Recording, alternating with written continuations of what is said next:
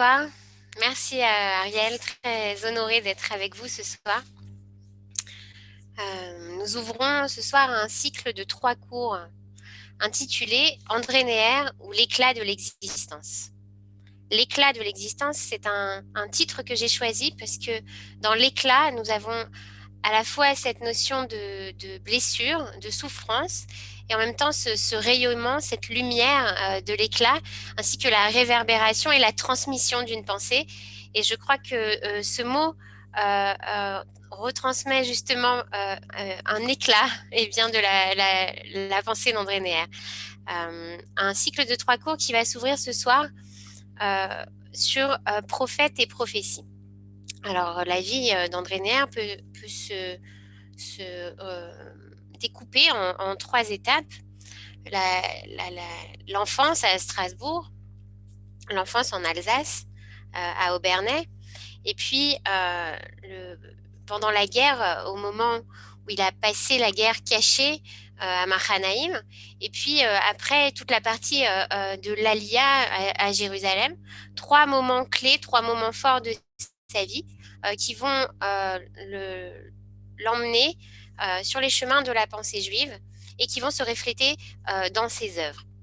Alors, j'ai choisi 3 œuvres pour donner un petit goût, un petit aperçu de la pensée d'André Neher, prophète et prophétie, puisque le fondement de la pensée d'André Neher, eh bien, comme nous allons le découvrir ce soir, repose sur l'étude de la prophétie. Ensuite, nous verrons le silence de la parole. André Neher s'est fait puisatier et à la recherche des sources de ce silence dans la Bible, mais aussi dans l'existence, puisque le silence, c'est du silence biblique au silence d'Auschwitz. Et enfin, Faust et le Maharal de Prague nous permettra de parler de la Kabbale du Maharal et du rapport à Faust, au transhumanisme, au robot et à la cybernétique, ainsi qu'à la musique dodécaphonique. Alors tout de suite, ouvrons cette soirée avec Prophète et prophétie. Nous ne pourrons pas évidemment faire le tour entier de l'œuvre du livre même d'André Neher, mais ce livre a été publié pour la première fois sous le nom L'essence du prophétisme en 1955. Et 10 ans plus tard, 15 ans plus tard, il sera réédité, corrigé, et il changera de nom puisqu'il s'appellera alors Prophète et prophétie. C'est une gageure qui s'inscrit après qu'André Neher a commencé par écrire sa thèse de doctorat sur le prophète Amos, et qu'il va ensuite, auquel il va donner suite. Il va écrire Jérémie, il va écrire également Moïse, et puis dans ce livre, L'essence du prophétisme, eh bien, il essaye de réunir toutes ces expériences de prophétie. Alors tout d'abord, la première chose que Neher nous dit dans son introduction, la préface qu'il rajoute à la 2e publication du livre sous le nom de Prophète et prophétie, c'est que ce livre est écrit en réaction à quelque chose avec lequel il n'est pas d'accord. En réaction, tout d'abord, eh bien, avec la critique biblique. Il s'inscrit contre la pensée de Wellhausen, de Bergson et de Darmès Esther. En revanche, il va se ranger du côté des historiographes, ainsi qu'il les appelle, de la pensée juive, c'est-à-dire Rabbi Yehuda Halevi, Martin Buber et également Avraham Heschel. Alors cette notion d'historiosophie, il l'a héritée de Jacob Gordin au travers des enseignements recueillis par sa femme, Rina Neher. Pendant la période de la guerre, Rina Neher, et même après, elle a pu assister aux cours de Jacob Gordin, et elle a soigneusement noté ses cours sur des petits cahiers que les Neher ont gardés précieusement. Donc l'historiosophie, qu'est-ce que c'est? Eh bien, c'est un engagement existentiel qui se transcrit dans la vie, dans le texte biblique, et qui se reflète dans l'existence juive. Qu'est-ce que c'est que l'historiosophie? C'est quand on lit la Bible et qu'on arrive à décerner une histoire qui a des étapes et qui porte sur une évolution à travers le temps. Nous allons creuser cette notion-là et essayer de la comprendre au travers des exemples qu'André Neher va donner. Alors, pourquoi André Neher se range du côté de Rabbi Yehuda Halevi, de Martin Buber et de Avraham Eshel, et nous allons voir comment son œuvre est influencée par ces penseurs et qu'elle porte en elle les échos de ces penseurs. C'est les mots que j'ai employés tout à l'heure. Premièrement, un engagement existentiel pour André Neher, étudier les prophètes, revenir à l'origine, c'est véritablement une lutte pour la vie.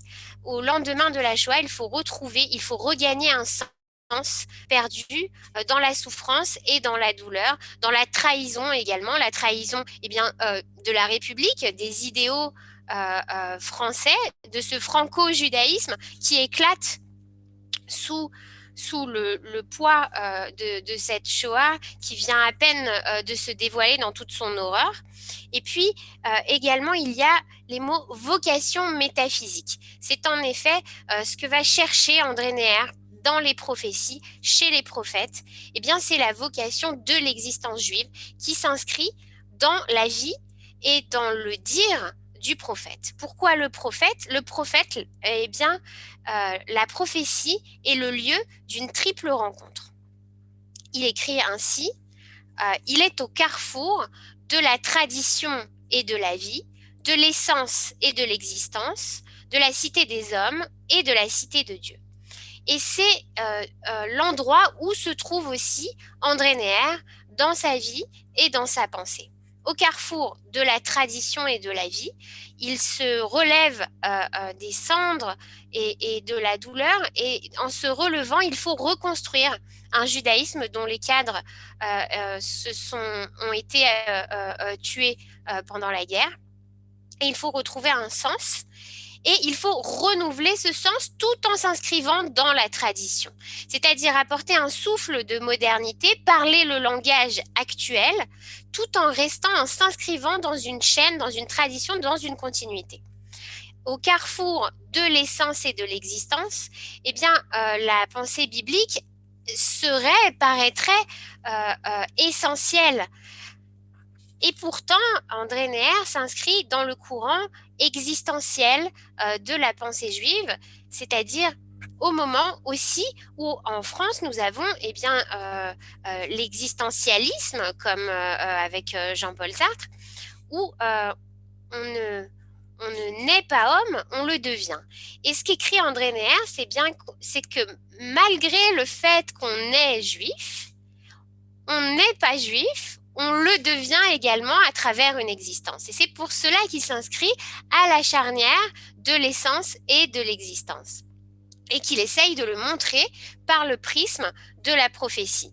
Et dernière contradiction, au carrefour de la cité des hommes et de la cité de Dieu, ce n'est pas une séparation entre une Jérusalem céleste et une Jérusalem terrestre qui est l'objet, le but, l'envie inscrite au cœur de la prophétie. C'est au contraire une cité commune qui doit se construire au jour le jour et qui est demandée, invoquée et construite par la prophétie qui vient révéler l'intention de Dieu au peuple d'Israël. Cette Jérusalem se construit aujourd'hui et maintenant et est une aventure commune entre Dieu et l'homme.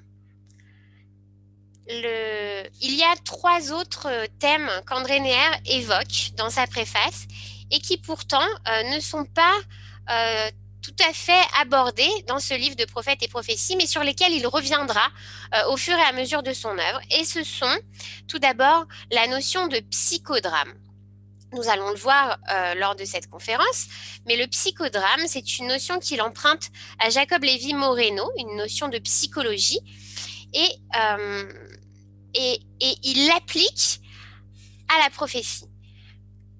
Comment est-ce qu'il explique cela? Il dit tout simplement, ce que vit le prophète, la manière dont il vit la prophétie, est un psychodrame de l'existence juive, de l'existence d'Israël et aussi de la relation de Dieu à Israël.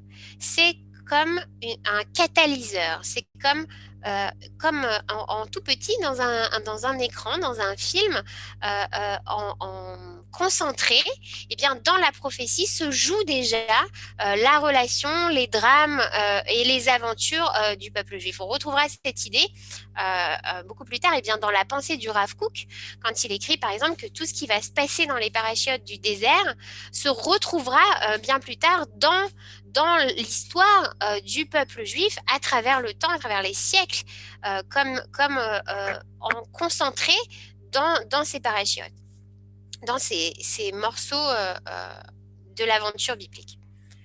Nous reviendrons sur cette histoire de psychodrame. Puisque dans un psychodrame, quand on est en psychologie, on invite le patient à rejouer une scène de sa vie comme si c'était vrai, pour faire sortir des choses qu'il n'a pas su résoudre à ce moment-là. Le patient névrosé est enclos dans un cycle duquel il n'arrive pas à sortir. Et en faisant cette thérapie du psychodrame, en jouant cette scène de laquelle il n'arrive pas à sortir, il se met à distance de cette scène et peut la regarder et trouver comment l'ouvrir, comment la sortir. Et ce qu'explique Neher, et ça il ne l'écrit pas, mais c'est ce qu'il explique au fur et à mesure, il y revient dans le silence de la parole, dans le silence de l'exil, eh bien, il explique finalement que le prophète va être le thérapeute du peuple d'Israël en ouvrant des situations par la prophétie, par la parole divine. Ça c'est une interprétation personnelle qui continue la pensée d'André Neher. Donc le psychodrame, également le silence, donc on verra dans un deuxième cours, puisque si la prophétie est parfois parole de Dieu, elle est également silence, et toutes deux sont une modalité de la révélation. Enfin, André Neher nous indique l'axe de la polarité entre l'espace et le temps.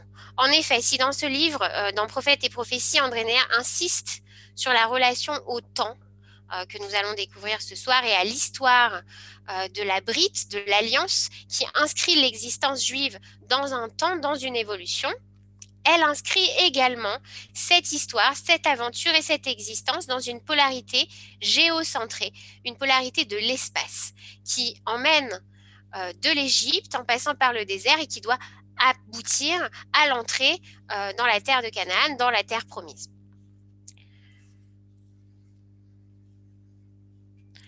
Donc ces trois thèmes seront en filigrane de toute cette œuvre. Le psychodrame nous renvoie à la dimension d'un jeu, tout d'abord, puisque c'est ainsi que Jacob Lévy-Moreno a accouché de ce psychodrame, c'est en commençant par des théâtres de rue, en faisant participer tout le monde à ce jeu. Et ce qu'André Neher écrit, c'est que la prophétie fait participer l'homme à un jeu commun entre Dieu et l'être humain. C'est une situation dialogale dans laquelle s'inscrit l'homme à travers cette révélation. Et là, nous entendons les échos de l'œuvre de Martin Buber qui se réverbère dans celle d'André Neher. Le silence va venir parfois de l'homme et parfois de Dieu, tout comme la parole. Parole et silence seront comme des contrepoints. Enfin, cette polarité espace-temps, ce sont des perspectives entre le temps et l'espace. Nous allons retrouver justement la dimension sioniste. Et le temps va se dérouler, et c'est ce qu'on va appeler ce qu'on va retrouver sous plusieurs formes. Ça va être sous la forme du messianisme dans la pensée d'André Neher, de l'utopie, de la rédemption, de ce qu'il va appeler également l'inchronisme. Cet espace, comme je vous l'ai dit, est un monogéisme, de la même manière qu'il y a un monothéisme, qu'il y a la révélation d'un Dieu un, il y a également la promesse d'une terre une. Et cette terre est irremplaçable. C'est vraiment... Il cite Dostoïevski, Ilyusha, le petit Ilyusha qui va mourir, lui dit « Tu prendras un autre enfant que moi ». Et le père lui répond « Mais je ne peux pas te remplacer ». Et il cite alors, il dit « Jérusalem, si je t'oublie, que ma main droite se détache ». C'est vraiment la figure de l'irremplaçable. Il n'y a qu'un seul Dieu et il n'y a qu'une seule terre, ce ne peut pas être une autre terre. Et cela va s'inscrire dans une relativité qui va prendre son sens dans la notion également qu'on va retrouver chez André Neher comme chez le Rav Kook, cette notion du retour, de la teshuva, qui va être un retour à la fois de comment on dit en français, de repentir, donc un retour spirituel, mais également un retour physique, un retour sur la terre. Et c'est là, André Neher emploie l'image des aimants et du magnétisme qui attire ces aimants. Et il dit « Metzaré Israël yekabetsenu » les sémeurs d'Israël et simultanément son rassembleur. Celui qui fait le geste de disperser le grain, d'essaimer. Et essaimer, ce n'est pas seulement le grain, c'est aussi les abeilles et l'essaim d'abeilles qui va parcourir le monde à la recherche du pollen pour revenir ensuite à la ruche et féconder, féconder les fleurs au passage. Eh bien, c'est le mouvement que note Neher de l'exil et du retour des exilés sur la terre, qui est comme cet essaim. Comme ce mouvement de l'essaimeur. Celui qui disperse, donc le Dieu d'Israël qui envoie en exil, est également celui qui, dans le même temps, ramène. C'est véritablement le sens des prophéties. Alors, entrons maintenant de plein pied justement dans cette prophétie. Mais d'abord, ce que fait Neher dans son livre, eh bien, c'est qu'il nous emmène sur les chemins de la prophétie à travers le temps, à travers l'histoire, à travers le monde. Et ce n'est pas seulement de prophéties bibliques qu'il parle, puisque au départ, il nous montre les divergences et les points communs des différentes prophéties. La prophétie, c'est celui, on entend d'habitude dans prophète, celui qui prédit l'avenir ou celui qui prévoit quelque chose qui va se passer.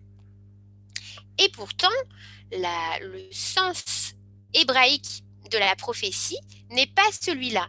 Il est en hébreu navi, névoa, qui vient de niv, la parole.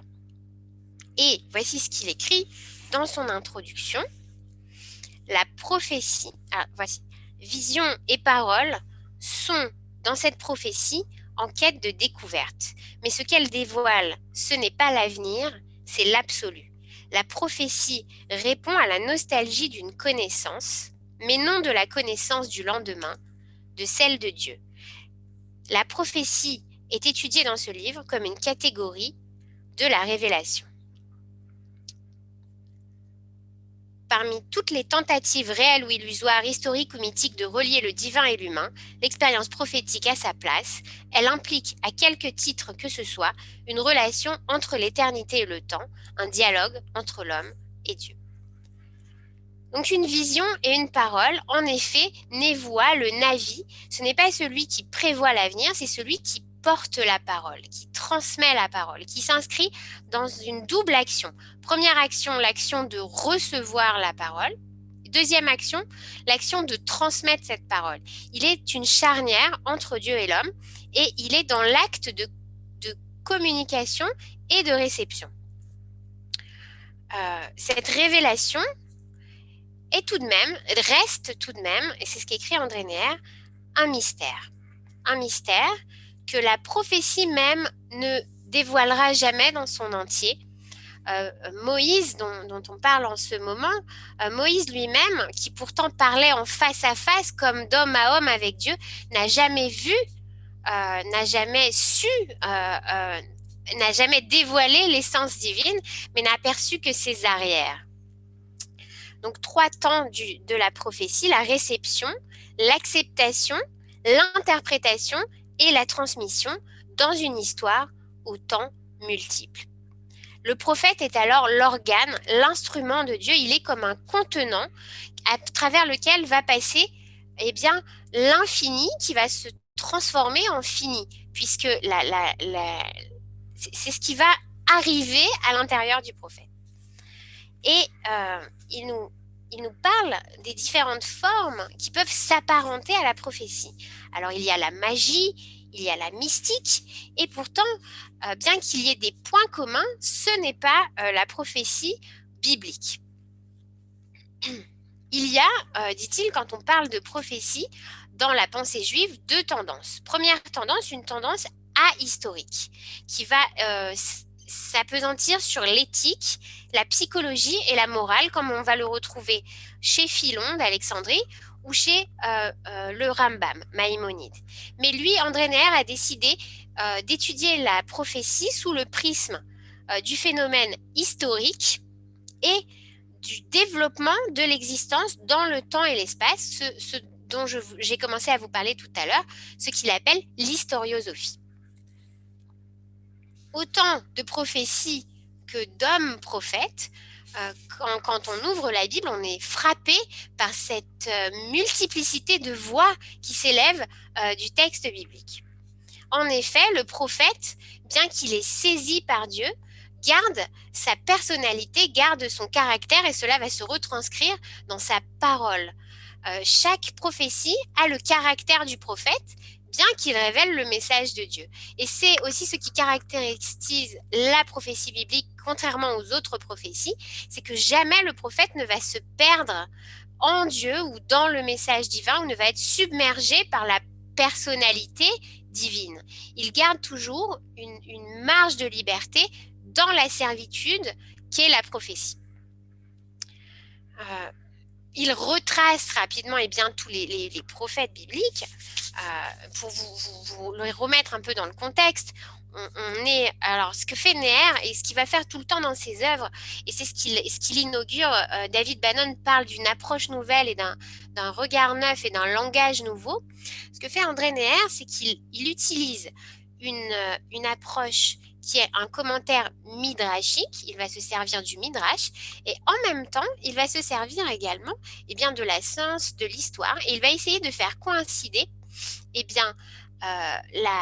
le récit biblique avec les avancées historiques, par exemple, et donc il va toujours essayer de recontextualiser le récit biblique avec l'histoire qu'on appelle profane.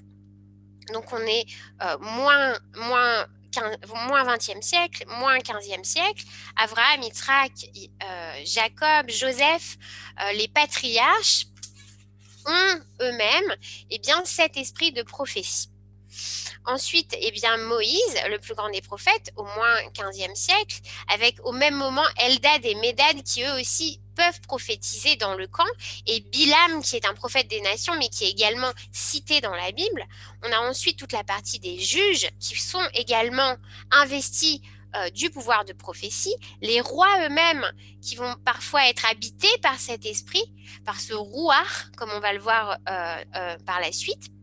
Au moins 9e siècle, on a des confréries de prophètes qui se forment, de véritables écoles, parmi lesquelles vont apparaître Samuel, Gad, Nathan, Aria, Élie, Élisée et Mikaïou.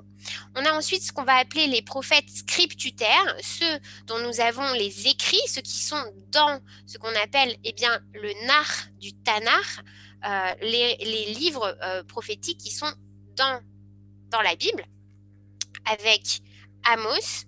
Donc on est maintenant au 8e siècle. Amos, Osée, Jonas, Michée, Isaïe, Joël, Obadiah et Nahum. On a ceux qui sont contemporains de la fin des royaumes de Judas et Samarie, Habakkuk et Sophonie. Et puis au 6e siècle, on a la chute de Jérusalem, ceux qui vont être contemporains de cette chute, de la déportation en Égypte et en Babylonie, avec Jérémie, Ézéchiel et même Daniel. Ensuite, ceux qui vont voir la reconstruction avec Haggai et Zacharie, on est 6e, 7e siècle. Et le dernier des prophètes, Malachi, avec la restauration du royaume sous Ezra et Néhémie, puis la destruction du second temple. Pour la critique biblique, ces prophètes sont autant de couches de livres, de différents...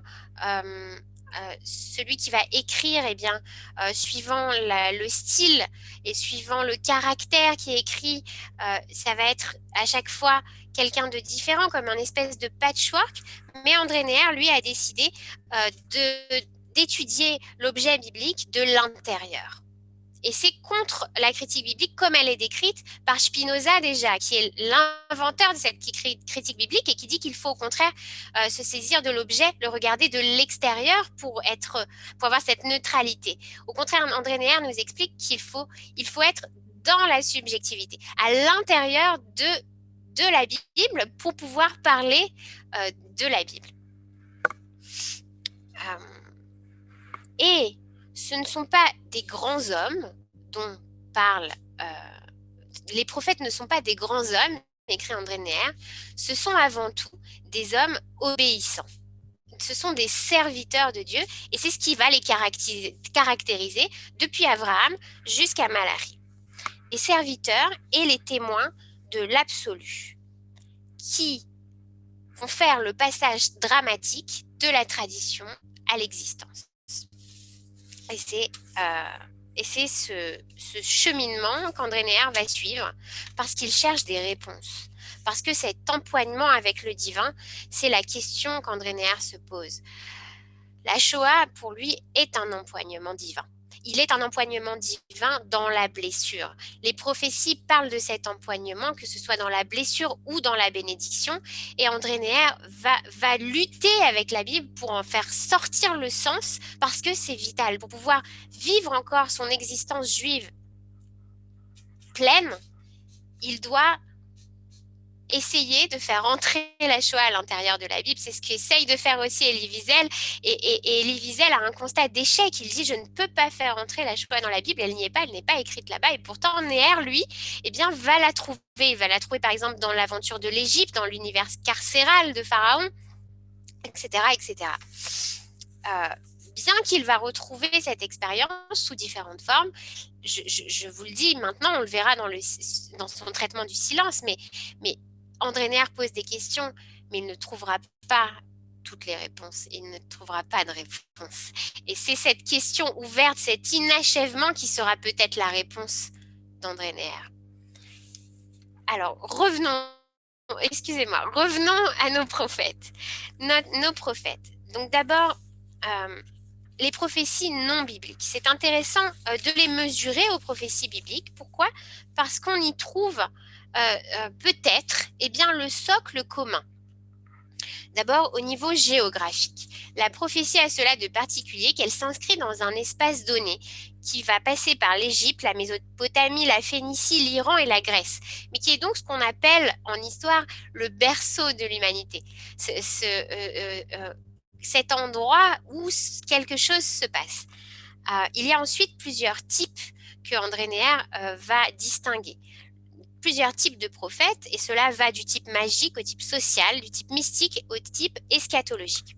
Enfin, il y a des perspectives du temps qui sont complètement différentes d'une civilisation à une autre. On a en effet des temps qui vont s'inscrire dans le rituel, dans le temps cyclique, et enfin dans ce que Neher appelle le temps mystique. Alors, prenons-les les uns après les autres. En Égypte, par exemple, on va avoir une prophétie déjà qui arrive, qui est du type intuitif, eschatologique, et qui s'inscrit dans un message qui est à la fois un message politique et dynastique. En général, les prophéties égyptiennes vont parler de ce qui va arriver quand ce roi sera au pouvoir, de quel roi va prendre sa place, de qui sera le successeur. C'est aussi parfois des prophéties qui sont de type revendicatif.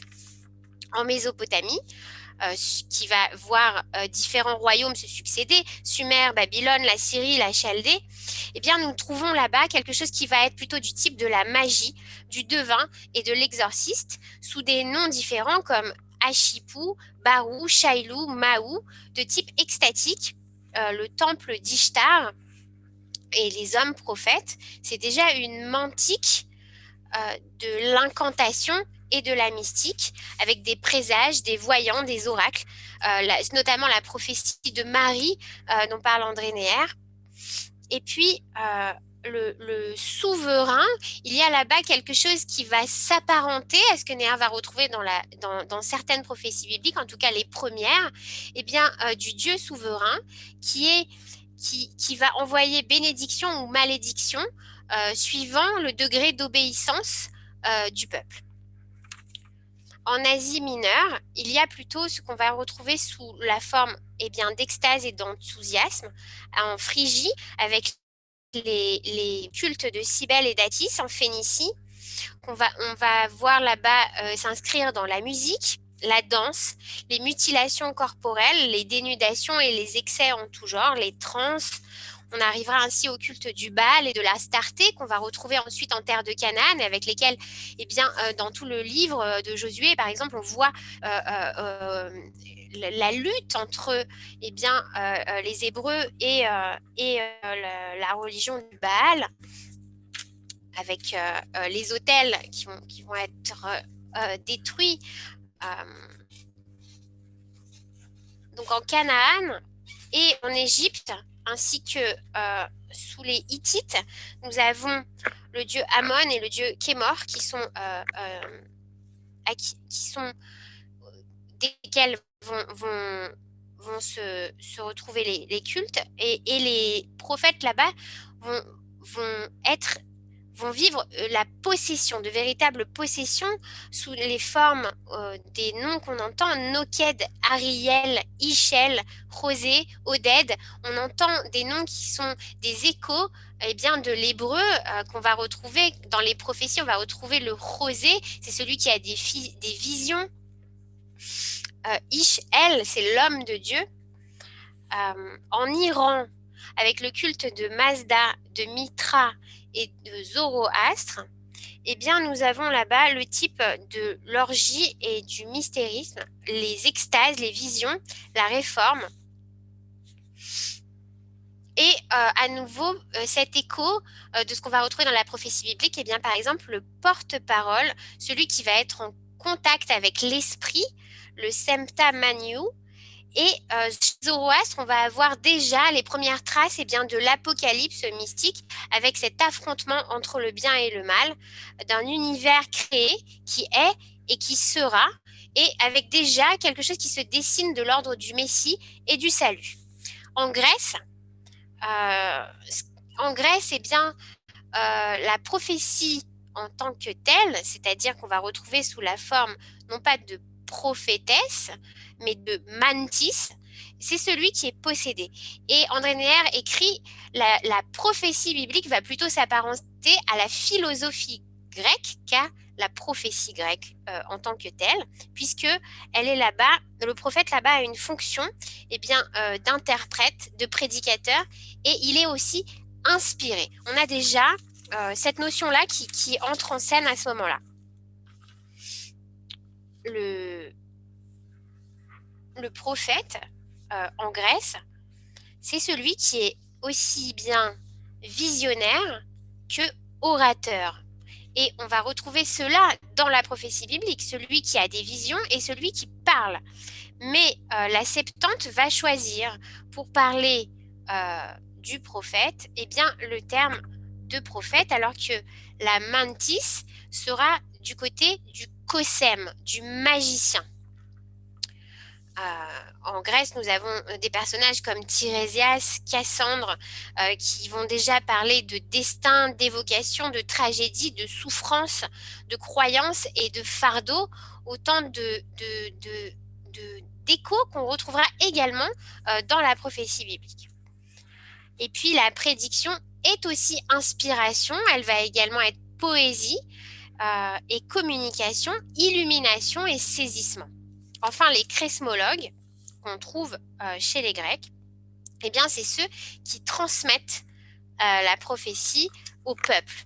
Les devins, la mantis, sera pour les plus aisés dans le monde grec, ceux qui sont riches, tandis que les chrésmologues, ce sont ceux qui vont donner au peuple. Il y a déjà en Grèce des prédictions sociales, quelque chose de l'ordre de la justice qu'on va retrouver chez Hésiode. Les dieux sont garants du droit. Et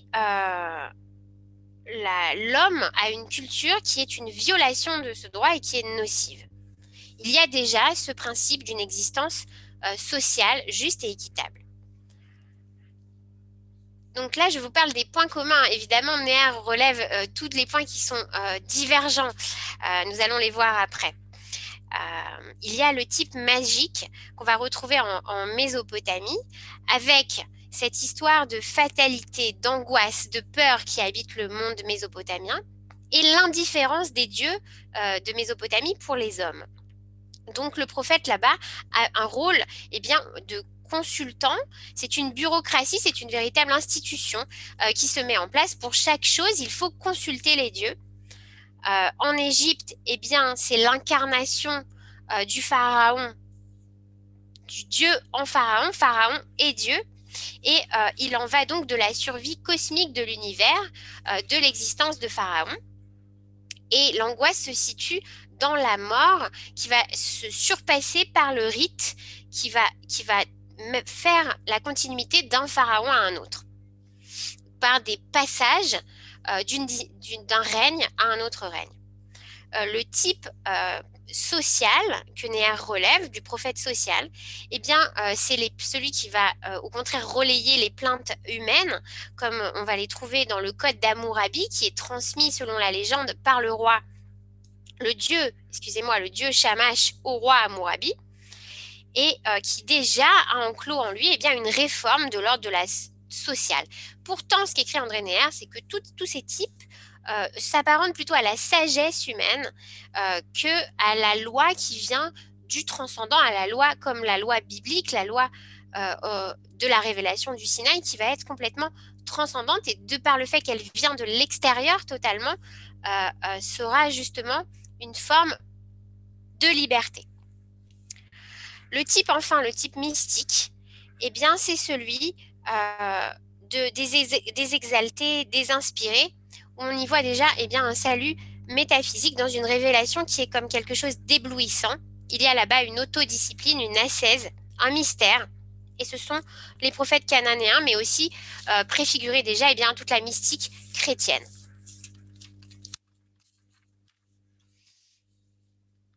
Et enfin, les derniers types, ce seront les types eschatologiques et christiques. Les prophètes qui ont la certitude d'être contemporains du Messie et qui brisent le temps du présent par l'évocation d'une fin. Par exemple, Daniel, dans les prophéties bibliques, pour André Néher, est un prophète eschatologique qui prévoit la fin des temps et qui donc sort du type conventionnel de la prophétie biblique. Dans les prophéties christiques, il y a la parousie, la notion de parousie, de retour du Messie, qu'il n'y a absolument pas dans la prophétie biblique. Le Messie est un avènement. Et c'est là-bas qu'on va voir justement cette relation au temps particulière. On entre maintenant dans le traitement du temps. Alors, André Néher va déceler plusieurs temps dans différentes civilisations. Et la relation au temps est indicatrice de la relation au divin et à la forme de prophétie qu'on va retrouver dans les différentes civilisations. Vous allez voir pourquoi. Maintenant qu'on a vu les types prophétiques, on va voir les temps. Alors le temps, le premier temps que Néher décerne, c'est le temps rituel. Le temps rituel s'inscrit dans un rythme où la civilisation épouse le rythme de la nature. Il y a les périodes des saisons, les astres. Parfois, il y a des interruptions avec des révolutions, des catastrophes, des éclipses. Et le rite permet à l'homme de s'inscrire dans ce temps. Il y a aussi un rythme humain qu'il faut inscrire l'homme et la nature, et ça c'est quelque chose qu'André Néher a appris chez Franz Rosenzweig et chez Martin Buber aussi, qu'il y a une contradiction entre l'homme et la nature, comme deux domaines qui ne peuvent pas communiquer. Et c'est ce que relève ici André Néher. La relation homme-nature est conflictuelle. Et dans le temps rituel, on va essayer de réparer, de faire communiquer ces deux mondes qui ne peuvent pas communiquer. Et comment? Alors, en Mésopotamie, par exemple, il y a une antithèse violente entre l'homme et la nature, puisque les variations du sol et du climat sont soudaines et il y a tout le temps des variations. La Terre est soumise à des intempéries. Et c'est une victoire finalement de la nature sur l'homme tout le temps. Et donc, l'homme est en hostilité contre cette nature et le mythe va essayer de le rendre conquérant de cette nature. Donc, le mythe du déluge, par exemple, va apparaître également en Mésopotamie comme une compensation, comme pour mettre des limites à cette nature, comme si, eh bien, après ce déluge, il pouvait y avoir un renouvellement, la terre qui repart, la vie qui vainc la nature malgré tout. Malgré le fait que presque toute l'humanité a péri dans l'eau, il en reste quand même qui peuvent redonner vie à l'humanité. La tour de Babel est également un mythe qui se retrouve dans la mythologie mésopotamienne avec les ziggourats, ces maisons bien, qui relient la terre au ciel. Et il y a donc un équilibre vertical qui peut s'instaurer grâce au rite qui va contrer bien, la discontinuité horizontale. En Égypte, au contraire, c'est un petit peu différent puisqu'en Égypte, il y a au contraire une régularité, une fertilité qui fait coïncider l'homme et la nature. Le Nil va coïncider avec les dons, les désirs, la satisfaction des paysans et ils vont se sentir beaucoup plus en sécurité. C'est pour cela que le souverain, le pharaon, incarne le dieu qui règne en même temps sur la nature. Le temps ensuite cultuel. Le temps cultuel passe dans le rituel et le rituel permet de pacifier ces éléments qu'on vient de voir maintenant en exprimant l'angoisse de celui qui ne sait pas si la nature va détruire l'œuvre de ses mains. Et toute la nation entière participe à ces rites dans la continuité, qui vont faire une continuité du temps et un apaisement des tensions par la signification mythique et vécue du rite. André Neher écrit « Le rite est ouverture sur le temps mythique. Chaque temps rituel restaure le temps mythique, qui est par excellence le temps de la répétition et aussi celui de la possibilité. » Le mythe, donc, est une rencontre déchirante entre l'homme et la nature.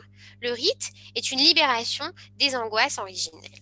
On retrouve par exemple déjà en Mésopotamie et en Égypte la fête du Nouvel An, la succession royale, le deuil du dieu Tammuz en Phénicie et en Canaan, avec le dieu Marduk qui revient après cette éclipsée.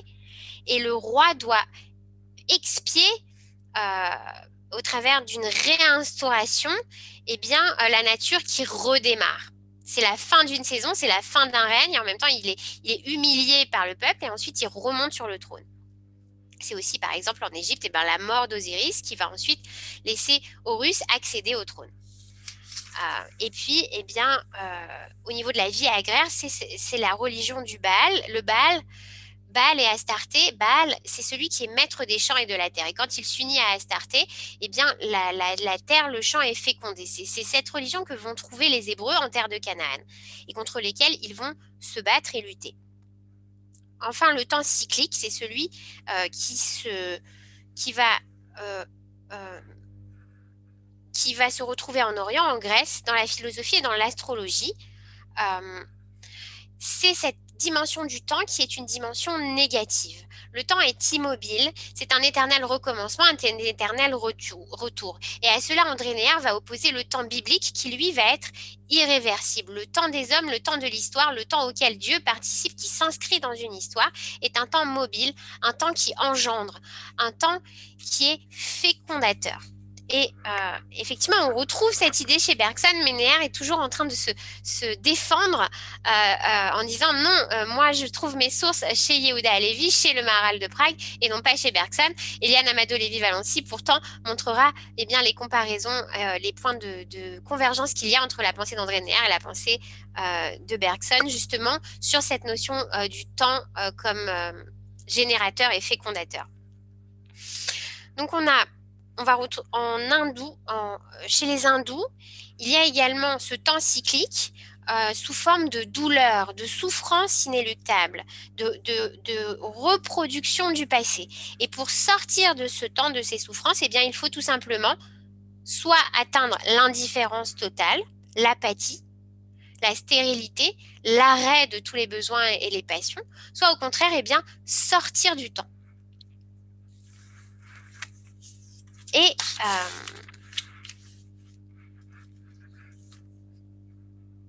Et puis, dernière catégorie, c'est la catégorie mystique. Donc, la catégorie mystique va englober l'extase, justement, la sortie de soi dans l'instant. Cette sortie du temps va trouver son apogée dans l'annulation de soi, dans l'annulation des actes, dans l'abolition à travers le rite, par exemple dans la nudité, dans le néant de la conscience, dans le mystère comme passage au secret, dans le don entier de l'homme, dans l'exigence totale du divin par lequel il va être possédé. Dans le christianisme, on va retrouver cela sous la transfiguration de la grâce et de la foi, l'unio mystica, qui est arrachement à soi et passage de la mort. Bien que chez les chrétiens, il y a une hiérarchie et le devenir temporel est récupéré au-delà de la mort par la douleur et la crucifixion. Mais il faut passer tout de même par une séparation, par un passage de néant avant d'atteindre l'amour et la réincarnation. Il y a donc une coupure par le dépouillement. Et c'est là que André Neher va montrer donc là, nous avons vu les points communs, quelques points de divergence. Maintenant, nous allons entrer de plein pied dans ce qu'André Neher appelle la prophétie biblique comme dialogue entre le divin et l'homme. C'est une rencontre entre le naturel et le surnaturel, une rencontre avec l'altérité radicale. Les Hébreux n'ont pas éprouvé la rencontre avec le divin comme une rupture, mais comme un accomplissement de leurs conditions. Il y a aussi, écrit André Neher, dans la prophétie biblique, une dimension du mystère. Non, la relation à Dieu ne sera pas élucidée dans la prophétie biblique. Mais pourtant, elle va garder entier les personnalités qui sont concernées par cette prophétie, que ce soit la personnalité humaine ou la personnalité divine. Je parle de personnalité comme je vais parler plus tard de pathos. C'est le mot qu'emploie André Neher à la suite d'Abraham Heschel. Vous allez voir. Ne précipitons pas les choses.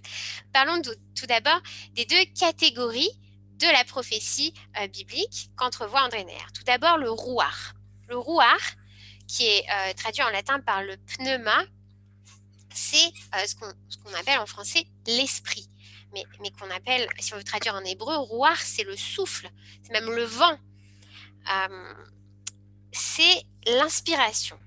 C'est cet esprit divin qui va investir les prophètes, qui va investir Josué, les juges, le roi, les rois, qui va couronner les rois. Saül va être pris par cet esprit. David, Joseph, Betsalel, c'est parfois un esprit qui donne de l'intelligence, qui donne de la force, mais qui va aussi permettre la réalisation.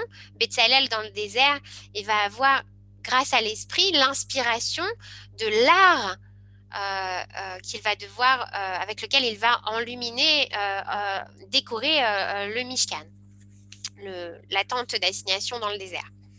Ish Harouar, l'homme de l'esprit, l'homme du vent, c'est le prophète.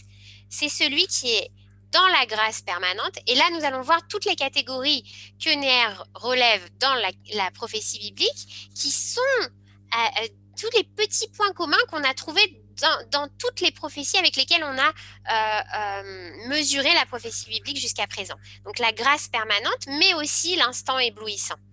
La transmission, l'esprit se transmet des anciens à Moïse, à Josué, de Élie à Élisée. La variété de cet esprit, l'intensité, l'esprit pénètre, emporte, transporte, ramène, amène. Il est physique, il a une force physique. C'est la révélation d'Ézéchiel, ce roi, cet esprit qui vient du nord et qui le transporte en rêve à Jérusalem, qui fait revivre les ossements desséchés dans sa vision. L'émanation de l'esprit, ça va être la sagesse, l'intelligence, l'intuition, la puissance, la connaissance et la crainte dont vont être remplis les prophètes ne sont que des émanations de cet esprit, de ce roi. Ainsi, dans Joël, un jour se déversera sur les garçons et les filles, les vieillards et les enfants, les esclaves et les servantes, le roi. La communauté humaine sera une société prophétique, écrit André Neher, parce qu'elle sera pneumatique.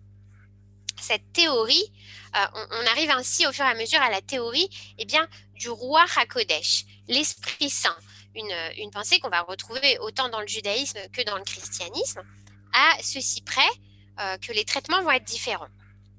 Dans la prophétie hébraïque, c'est la conception des rapports entre l'homme et Dieu. Ce ne sont pas des attributs du divin. L'esprit, c'est également la grandeur, l'unicité. L'esprit de Dieu, l'esprit de sainteté, c'est la plénitude de l'univers, c'est la présence intime de Dieu dans la création. C'est aussi le principe absolu de la révélation. Par exemple, dans la vision, ce sont les éléments de la vie surnaturelle qui imprègnent le monde comme un flux. C'est la révélation première de Dieu au monde qui éveille le monde comme une annonce, comme un germe, comme une caresse. C'est, vous savez, dans le récit de la création, le souffle de Dieu qui planait sur les eaux.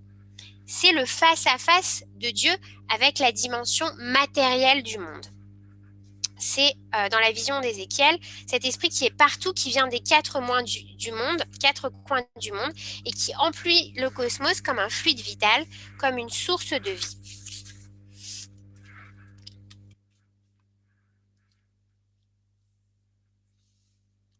Le Ruach, c'est également l'attribut de Dieu, mais dans le caractère de Dieu. C'est-à-dire, c'est parfois, dans le récit biblique, le Ruach, ça va être l'intention de Dieu ou sa volonté.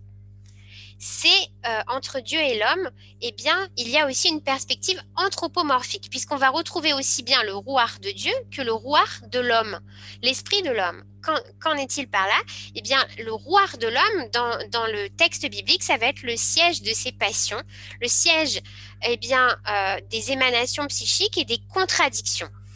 C'est ce Ruach que partagent l'homme et Dieu, c'est un principe dérivé de Dieu. Et parfois, ce principe peut être mauvais. Il va se trouver chez l'homme un Ruach Ra, un mauvais esprit, qui va concerner aussi bien les individus que la collectivité. Ce Ruach à l'intérieur de l'homme peut autant le faire s'épanouir que le ronger, comme dans la figure du roi Saul ou dans les habitants de Shrem. La pureté, donc on va passer de la pureté à l'impureté, au démonisme, même au satanisme, dans un paradoxe complet qui passe de la spiritualité abstraite à l'émanation magique. Et le mystère reste inexplicable. Il y a pourtant un seul Dieu à qui se rapporte un seul esprit, et c'est toujours le même dans sa diversité. Et ce monologue avec le Satan, par exemple, c'est un monologue qui se situe en Dieu, à l'intérieur de la Bible même. Donc le vent, l'air, le souffle, et qui permet d'accéder à la condition prophétique, c'est cette inspiration impérissable et qui est aussi participation au souffle de Dieu. C'est une communication intime, une interpénétration entre l'esprit et c'est aussi un esprit de vie. On le trouve aussi sous le nom de Ruach Chaim, esprit de vie, et c'est le secret de la rencontre entre l'homme et Dieu. Cet esprit est également celui qui fait la différence entre l'esprit, le Ruach, et la chair, le Bassar, qui vont faire l'être humain. Donc un esprit de vie qui va habiter la chair et lui donner vie.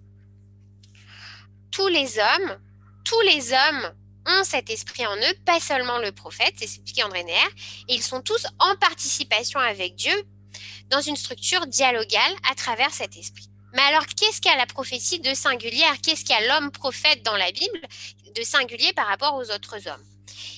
La virtualité, écrit André Neher, devient réalité. Au lieu de rencontrer l'esprit, l'homme rencontre Dieu. Il ne rencontre pas un principe, il ne rencontre pas l'esprit ou le Ruach, mais il rencontre une personne. Il ne rencontre pas une essence, mais c'est un être vivant et un être pathétique qu'il rencontre. Et c'est là qu'on retrouve Avraham Eshel, Dieu en quête de l'homme. C'est un Dieu vivant que rencontre le prophète biblique, une prophétie lumineuse qui dévoile Dieu à la fois dans la terreur, dans la crainte, dans ce qu'il a d'effrayant et en même temps dans ce qu'il a de majestueux. Il est extérieur à l'homme et l'homme est pris d'une terreur qui en même temps l'attire et le répulse, le fascine et le domine. Cet esprit bondit, tombe sur le prophète. Elle est l'altérité, écrit André Neher, et l'homme surpris par elle est conscient tout d'abord d'une chose, c'est qu'il est devenu autre. L'esprit altère le prophète. Il n'est plus seul, il participe à la vie de Dieu. Ce roi est pathétique. Alors que, par exemple, les dieux grecs, eux, sont complètement égoïstes, sont complètement coupés des émotions humaines. Le Dieu d'Israël est amour et colère, rigueur, pardon. Il y a un pathos, toute une palette de pathos que décrit Avraham Eshel et que reprend André Neher. C'est une émanation vitale et non une fixité spirituelle. La prophétie biblique, écrit André Neher, a pour objet la connaissance du pathos de Dieu. La prophétie biblique a pour objet la connaissance des émotions de Dieu, de la nostalgie de Dieu. C'est un appel de Dieu à l'homme que la prophétie biblique, que la révélation. La révélation du Dieu vivant et pathétique, écrit André Neher, dans la Rouar, n'établit pas une relation entre Dieu et l'homme, elle crée entre eux une connaissance. Déa, Da'at en hébreu, qui dit à la fois la connaissance spirituelle, intellectuelle, mais qui est aussi une connaissance physique. C'est le terme qu'on emploie dans le rapport entre deux amants. C'est une connaissance qui est une connaissance charnelle. Dieu cherche l'homme. Ce n'est pas une théologie, c'est une anthropologie de Dieu. L'homme est anthropologie de Dieu. Et c'est un appel où Dieu enveloppe l'homme de son esprit comme une invitation, comme un saisissement. Et le prophète ne déchiffre pas l'esprit de Dieu, n'oblige pas Dieu comme dans les autres cultures, et il s'expose donc à l'échec, au silence de Dieu, mais aussi à son refus. C'est le risque du dialogue avec Dieu, comme avec une personne vivante. Le Dieu vivant est en dialogue réel et vivant avec l'homme. Il y a donc une intimité qui se crée entre le prophète et Dieu, un échange, une réciprocité. Et ce que découvre la prophétie, c'est l'amour, l'ouverture sur une dimension conjugale. Puisqu'en effet, ce que découvre le prophète, ce que vient révéler le prophète, c'est un partenaire. C'est une expérience à deux que vient dévoiler la révélation et la certitude d'un appel.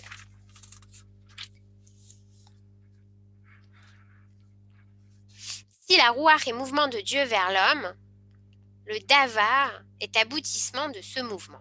En effet, après le rouar, Neher passe au davar, à la parole.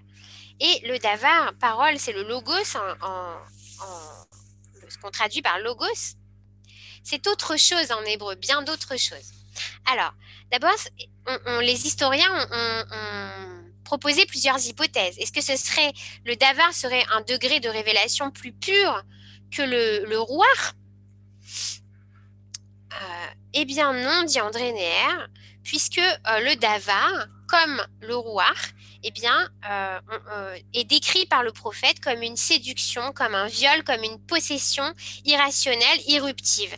La parole également est pathétique, elle est envoyée, elle tombe comme un marteau, comme un éclat qui dévore, tiraille et exalte et fait aussi se lever la joie dans le cœur du prophète.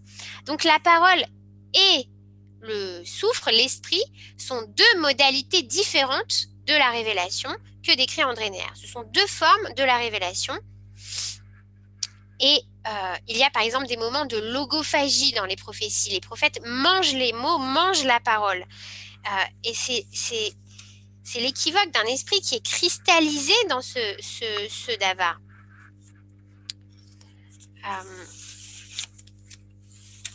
Alors qu'on avait dans les prophètes des autres cultures, nous avions les rêves, les visions et les extases qui concernaient le jeu du prophète.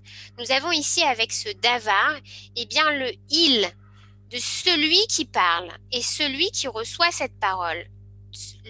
L'objectivité de la parole de Dieu qui touche le prophète.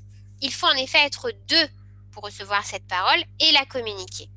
Il y a une séparation entre ces deux instances, entre le prophète et entre deux.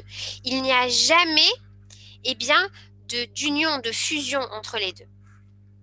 Le rouar est la volonté révèle la volonté de Dieu, tandis que dans le davar, la volonté devient acte. Devant le davar, eh bien, on ne peut pas ni deviner ni pressentir, on ne peut seulement que obéir. Davar en hébreu, c'est la parole, mais c'est aussi l'ordre. C'est encore un mystère, écrit Néher, mais ce n'est déjà plus un secret.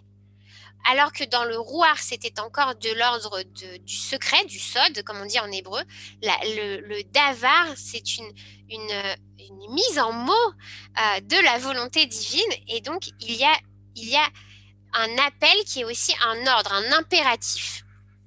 Et il y a aussi une signification intellectuelle par la parole. André Neher écrit « La connaissance par l'esprit est invitante. La connaissance par la parole rejette l'homme sur lui-même. Il doit être prêt à la réplique, à la discussion. Le dialogue n'est pas la forme de la révélation comme dans le rouar, il en est le but. Le davar de Dieu attend une réponse. Donc ce davar est objectif et lorsque l'homme le reçoit, il est seul avec ce davar. L'homme est renvoyé à lui-même quand il reçoit la parole divine et cette parole attend une réponse. C'est un appel. Quelle va être la réponse? L'objection, la prière et la répétition. En effet, c'est là que le prophète est porte-parole, puisqu'il doit introduire cette parole dans le monde, il doit la transmettre, et la prophétie elle-même est un massa, un fardeau, un joug, une servitude. Le davar est donc ordre, action, conduite, création, organisation, modification, intervention de Dieu dans le monde, et c'est là qu'on rejoint le concept d'histoire. En effet, davar, c'est aussi davar, c'est une parole, mais davar, c'est aussi une chose. Et on retrouve dans le texte biblique, on retrouve plusieurs expressions. On retrouve par exemple divrei Shlomo. Les paroles du roi Salomon, c'est sa conduite. Divrei Hayamim, ce sont les chroniques, les paralipomènes. Le rouar introduit le Dieu vivant dans le monde, mais le monde reste statique avec le rouar. Il est en face de Dieu, rappelez-vous, c'est le souffle qui passe sur les eaux. Mais le davar, la parole de Dieu, rend l'univers historique. Elle le modifie, elle le fait vivre, l'univers entre en dialogue et c'est une coopération.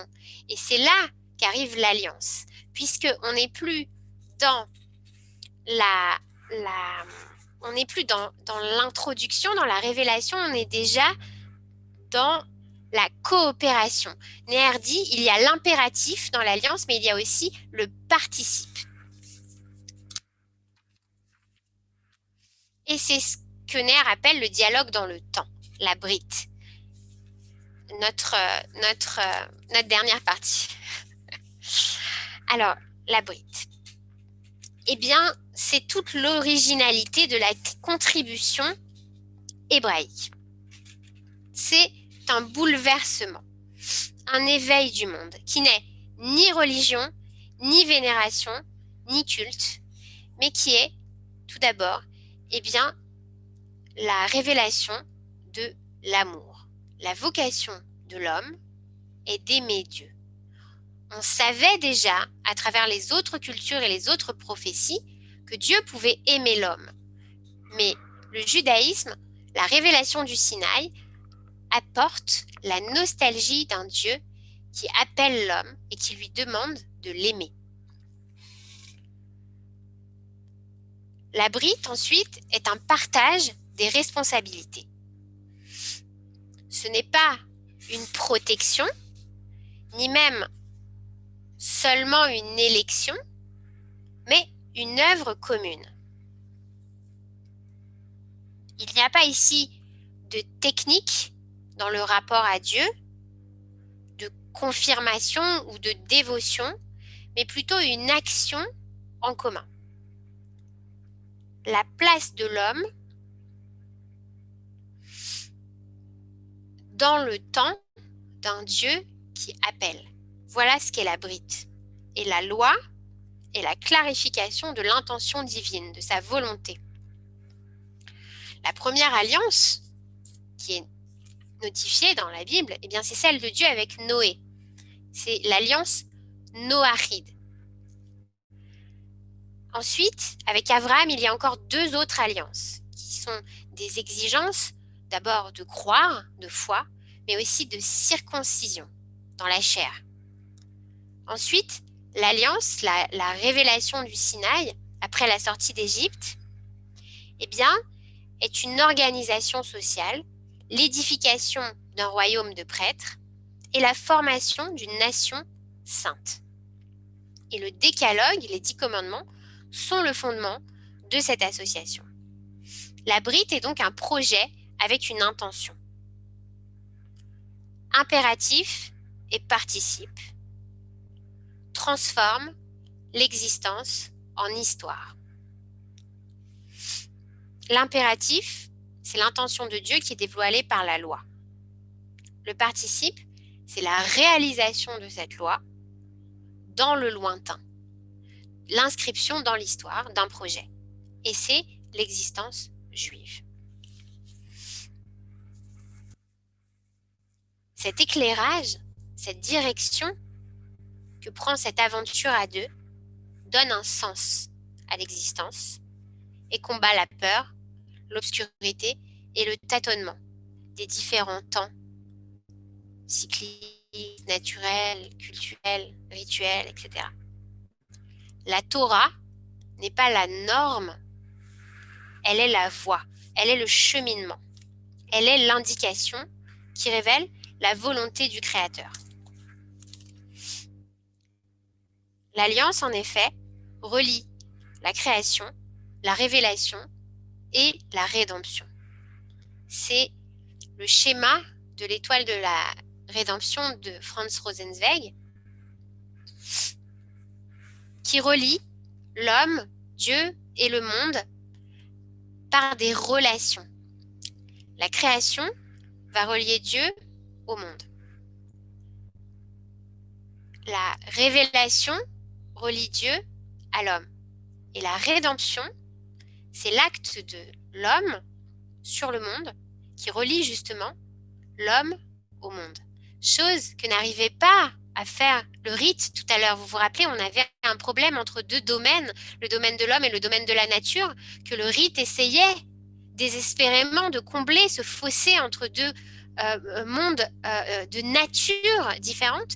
Et bien, dans la rédemption, ce fossé, cet abîme est comblé. L'esprit, nous avons vu que l'esprit et la parole sont des catégories de cette relation entre le Dieu et le monde et entre Dieu et l'homme. Puisque nous avons vu tout à l'heure que l'esprit, c'était la contemplation du face à face avec les os, et la parole, eh bien, c'est la relation de la création, du devenir. On a ici l'être et l'existence, l'être et le devenir. Comment devenir ce peuple de prêtres? Comment à terme devenir cette humanité de prophètes? Eh bien, par plusieurs impératifs que l'Alliance, la Brite, la loi de Moïse décrit. Tout d'abord, l'impératif de sainteté, la Kedusha, qui est une participation, c'est-à-dire une existence alliée à Dieu par l'imitation. La sainteté, en effet, est imitation du partenaire. Ce n'est pas, absolument pas, la pureté. C'est au contraire l'imitation du partenaire dans la sainteté. C'est l'éthique personnelle, c'est la sanctification de soi. Il y a ensuite l'exigence d'amour qui doit être inconditionnelle et acceptation du lointain. Tu aimeras ton Dieu, tu aimeras ton prochain dans ce qu'il est ton lointain, écrit André Neher, dans ce qu'il n'est pas toi, dans ce qu'il est autre justement. Et tu lui répondras à sa nostalgie, à son besoin, à son manque d'amour. La justice, enfin, c'est l'éthique sociale, c'est tzedek ou mishpat en hébreu. C'est la justification, dit André Neher, dans la vie de l'homme, de l'innocence de Dieu. En effet, si les hommes réussissent à être justes les uns envers les autres, à faire régner la justice sur terre, alors Dieu est innocent. le mal est un mal qui est issu de l'injustice fondamentale que l'homme inflige à l'homme quand il n'a pas de loi. Enfin, André Neher décerne également une catégorie humaine dans l'Alliance qui incarne pour lui l'Alliance vécue. Et cette catégorie, ce sont les Lévites. Cette famille à laquelle appartient Moïse n'est pas ceux qu'on appelle les prêtres, et qui sont les Cohen, les Kohanim. Non, les Lévites, ce sont des fonctionnaires qui servent au temple, qui sont parfois également des prêtres ou des prophètes, et qui sont des intermédiaires entre le sacré et le profane. On retrouve chez eux cette image du guerre, de l'étranger, de celui qui séjourne sans jamais s'installer, de celui qui est éternellement nomade, qui ne se fixe pas. Les Lévites, c'est la tribu qui n'a pas de terre, qui refuse la terre comme elle refuse l'espace et qui donc s'inscrit dans le temps. Et là, c'est la conception messianique de Rosenzweig qu'on trouve chez André Neher. Alors que Buber, lui, au contraire, s'inscrit dans l'espace, dans le sionisme. Et c'est aussi une dimension qu'on retrouve chez Neher, mais pas ici. Ici, ce refus du temps, ce refus de l'espace et cette adhésion dans le temps est incarné par les Lévites. Et les Lévites incarnent aussi le pauvre et l'indigence. En effet, le refus de la richesse, comme si le Lévi était l'orphelin de la société, celui qui doit catalyser toute la bonté, toutes les mitzvot, toute la relation au pauvre, la relation à l'orphelin, le respect de l'autre dans son indigence. Le pauvre me permet de donner.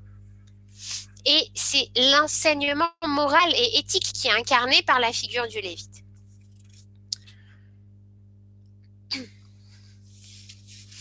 Voilà, je vois que je suis dans les temps. Il me reste un quart d'heure, donc c'est super. On va même avoir le temps de discuter après.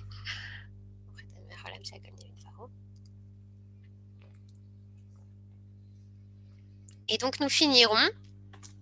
Alors, évidemment, ce soir, c'est à grands traits que je vous peins l'œuvre d'André Neher, le livre que je vous conseille d'aller voir, d'aller lire, et bien plus que ça, bien plus que ça.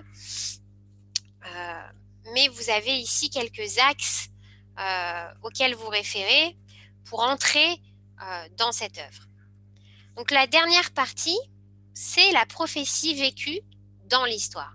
André Neher va donner, au travers de presque quasiment tous les exemples de la prophétie biblique, presque tous, la prophétie vécue. Il va traiter de presque toutes les prophéties.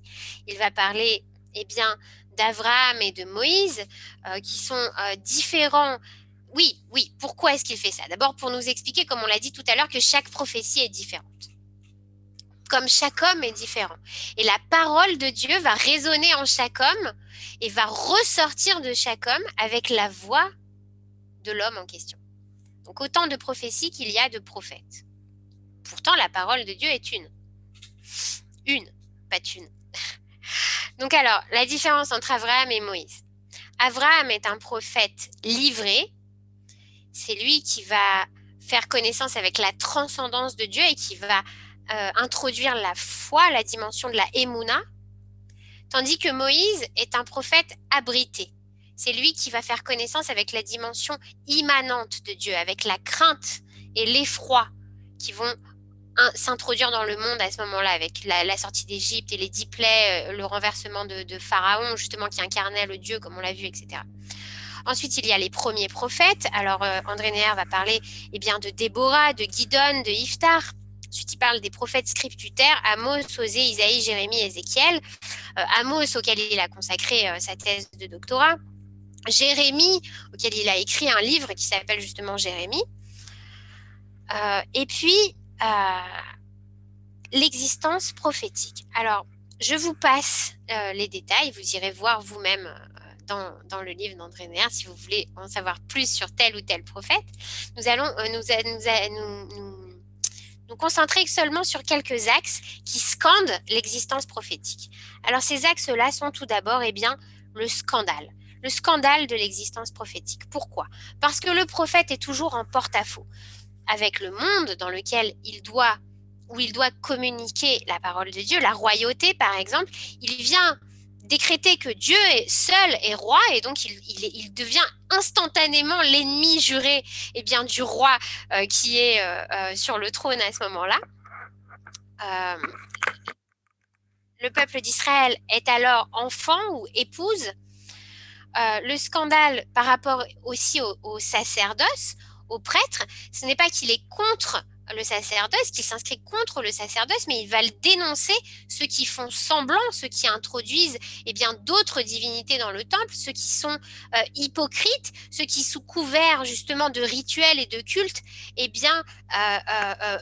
flattent leur propre ego ou servent leur propre personne. Et puis aussi, il se pose en porte-à-faux avec la sagesse, avec la chorma, puisqu'on dit qu'il y a une différence entre la prophétie et la sagesse.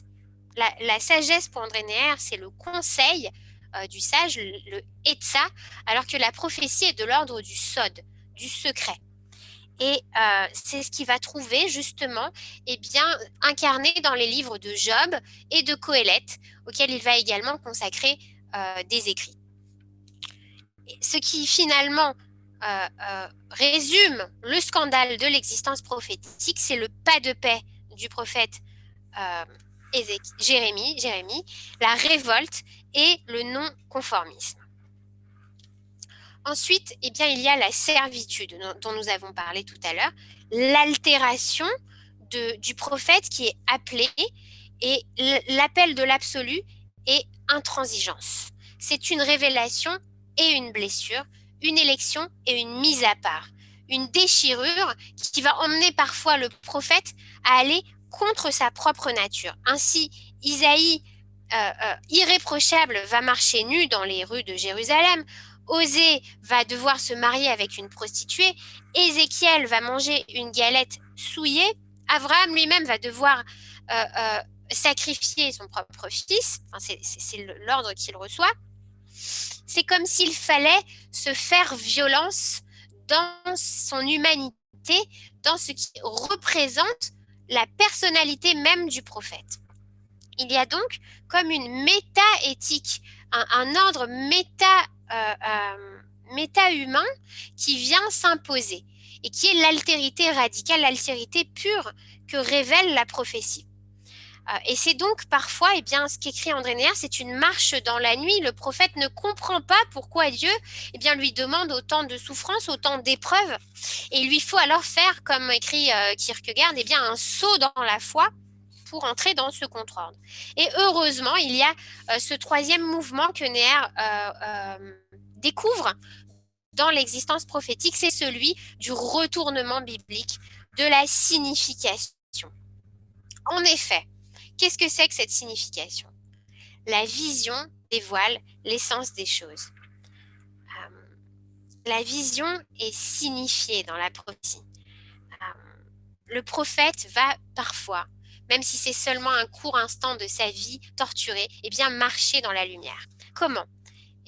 Tout le sensible va prendre sens, va s'allumer par la parole de Dieu qui va lui donner un sens. Ainsi de cette chaudière bouillonnante, face tournée vers le nord et qui annonce le malheur qui vient du nord. Jérémie avait dans son enfance vu bien des amandiers fleurir en ce moment même, quelques jours avant la fête de Tou Bishvat. Mais il ne savait pas, et c'est seulement quand la parole de Dieu le touche que la signification, la symbolique de l'élément va s'éclairer de manière éphémère. L'amandier fleurit, l'amandier hâtif, c'est Israël, c'est celui qui le premier se tourne vers son Dieu et celui qui va revenir. Et ce que la vision montre, dans la multiplicité des choses, c'est l'unité divine enclose en toutes choses. Et c'est ainsi que la prophétie est également, comme dans la prière de l'Hitpalel, de Plil, elle est déchiffrement, elle est jugement. L'amandier, c'est la rapidité. Et cette vision non seulement est vision, non seulement est signification, mais elle est également bonne. Dieu a vu, ve'ine tov meod. Il a vu que c'était bon. La vision est toujours bonne. Pourquoi? Parce que ce qu'elle dégage, c'est un signe, c'est aussi un gage de cette promesse, un gage de l'alliance, ce qui va être également se trouver sous le mot de hôte ou de mophet, c'est-à-dire miracle, proximité de Dieu. L'harmonie entre les contraires. C'est également ce que va être la vie elle-même du prophète. Vous vous rappelez, en tout début, on avait parlé du psychodrame, c'est quand le prophète, la vie du prophète, reflète le message de Dieu, la révélation divine dans son quotidien, dans sa vie de tous les jours, et reflète en parallèle la relation de l'homme et d'Israël à Dieu, et même des nations à Israël aussi. Ce sont des psychodrames comme des poupées russes les unes dans les autres qui se reflètent toutes dans cette vie, dans cette prophétie vécue, dans ce drame humain. La condition de l'homme allié à Dieu. Voici ce qu'écrit André Neher. L'homme n'est pas libre de se soustraire à Dieu. L'appel de l'absolu triomphe toujours. La route de l'homme est cernée par Dieu, qui a l'illusion de s'imaginer libre. Le prophète est l'homme qui se sait entouré par Dieu, et l'effroi laisse parfois la place à la joie et la pesanteur à la plénitude. Et nous finirons là-dessus, voilà, il me reste 5 minutes, avec, que reste-t-il au prophète finalement? Que reste-t-il comme liberté à l'homme? Puisque la liberté de l'homme est pourtant une des conditions pour recevoir la prophétie. Seul un homme libre peut recevoir la révélation du Sinaï. C'est pour ça qu'il y a la sortie d'Égypte avant la sortie du Sinaï. Que reste-t-il au prophète? Eh bien, il reste la prière. La prière prophétique est particulière, dit André Neher. Elle est liberté, elle est spontanéité. Elle est question, elle est jugement, elle est débat, elle est parole nouvelle en réponse à la parole de Dieu. Et c'est là qu'est la marche dans la lumière, dans cette existence signifiée. Israël est alors vision du monde. C'est le chemin des générations. C'est le lieu de la promesse dans une transmission de Ruach et de ce Davar, de cet esprit et de cette parole, à travers l'histoire d'Israël, à travers les générations, d'Ivré à Yamim, les paroles des jours. Et l'achèvement de l'inachèvement de la prophétie se trouve dans la vocation juive, dans l'existence d'Israël. Et cette intimité se dévoile dans la relation conjugale, justement, entre Dieu et son peuple, qui est un drame vécu, qui passe de l'union heureuse, de la période des fiançailles, du mariage dans le désert, à la période des amours, ensuite en terre de Canaan, à l'amour fécond au travers des enfants, ensuite à l'union malheureuse, à Jérusalem qui va être bafouée, qui va être cette femme adultère, celle qui trompe, celle qui se prostitue, l'indignité, qui aura même des bâtards, et tout ça se joue dans la vie même des prophètes. La déchéance, le célibat du prophète qui va désigner la rupture, la shrina, la présence divine qui part en exil, la mort de la femme du prophète qui est pourtant pour signifier la persistance de l'amour et la souffrance de l'éloignement. Eh bien tout cela, c'est le gage de la promesse et de la nostalgie de Dieu, de cet appel qui n'en finit pas de retentir. André Neher écrit « Le souffle qui a soufflé sur l'Égypte pour libérer l'homme n'en finit pas de retentir et peut encore s'entendre aujourd'hui. » Pour André Neher, eh bien, la prophétie est une question d'écoute et elle va revenir, elle peut revenir, elle revient déjà. Il suffit d'entendre. Et où c'est qu'il trouve eh bien, le secret de cette histoire? Il le trouve dans dans deux textes qui sont l'un le revers de l'autre. Le premier texte, c'est l'histoire d'amour entre Israël et les nations, entre Dieu et son peuple et entre le peuple et la terre. C'est le Shir HaShirim, le cantique des cantiques. Et le double caché est révélé par André Neher, c'est Qohélet. Et ça, Qohélet, la sagesse du roi Salomon, qui est un récit existentiel qui va justement parler de ces temps, un temps pour vivre, un temps pour mourir, s'inscrire dans le temps et voir comment le temps, tout est possible. Il y a là-bas ce qui caractérise la pensée d'André Neher, le peut-être. Peut-être l'aventure se soldera par une réussite, mais peut-être ça sera un échec. Et tout dépend de l'homme et de ce qu'il fera de cette parole. Voilà, je crois que pour ce soir, on va s'arrêter là. Je ne vous cache pas que pour une première fois, j'étais un petit peu intimidée, puis j'ai essayé de tout vous donner. Je n'ai pas pu tout vous donner, j'ai dû faire des choix, mais je vais vous laisser maintenant prendre la parole. Et je vous remercie d'avoir écouté. Merci beaucoup, merci justement pour votre écoute.